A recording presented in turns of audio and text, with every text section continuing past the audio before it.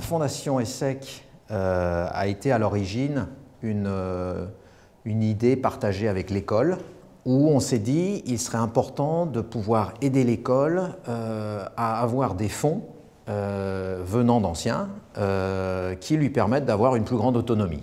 En regardant un petit peu ce qui s'était passé à l'ESSEC, j'ai réalisé qu'il n'y avait aucun fonds propre à l'ESSEC. Si on voulait s'adresser à tous les alumni, si on voulait rassembler à la fois les profs, les étudiants, les anciens, la direction générale, il fallait qu'on réussisse à faire une vraie fondation. L'objectif de la fondation, c'est de recueillir des dons et ensuite de les affecter à l'école, et c'est l'école qui en fera, selon ce que recommande la fondation, le meilleur usage possible.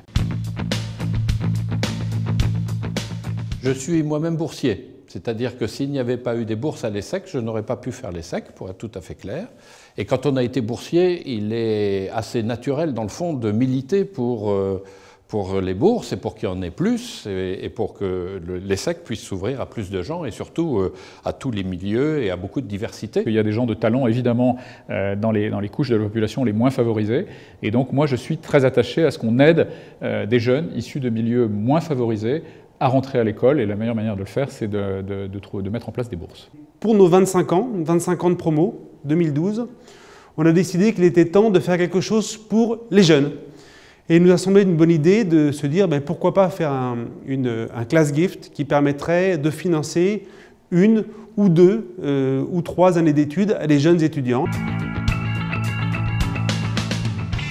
La Fondation va pouvoir amasser des fonds qui vont permettre à la fois à l'école de disposer de moyens supplémentaires, donc à la fois pour attirer des professeurs, parce que tout commence par la qualité des professeurs et de l'enseignement, faire de la recherche, parfois financer des bâtiments ou contribuer à financer des bâtiments.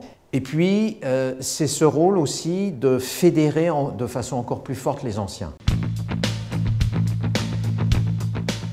On donne de l'argent qui sert en fait à capitaliser l'ESSEC. Cet argent ne peut pas être dépensé, seuls les revenus de cet argent peuvent être dépensés. Et donc on espère que d'ici quelques années, ça permette de donner à l'ESSEC des moyens financiers comparables par exemple aux anglo-saxons. L'important pour nous, c'est que les alumni amènent des fonds à notre fonds capitalisant et non pas de spéculer avec ou de faire quoi que ce soit de risqué. Donc aujourd'hui, le fonds est investi à 70% en obligations, une grande partie d'obligations d'État et pas mal d'obligations corporate, et 30% en actions. Donc vraiment une stratégie assez père de famille. La vocation de l'ESSEC, c'est quand même de former des dirigeants et des entrepreneurs qui ont vocation à plutôt réussir dans la vie.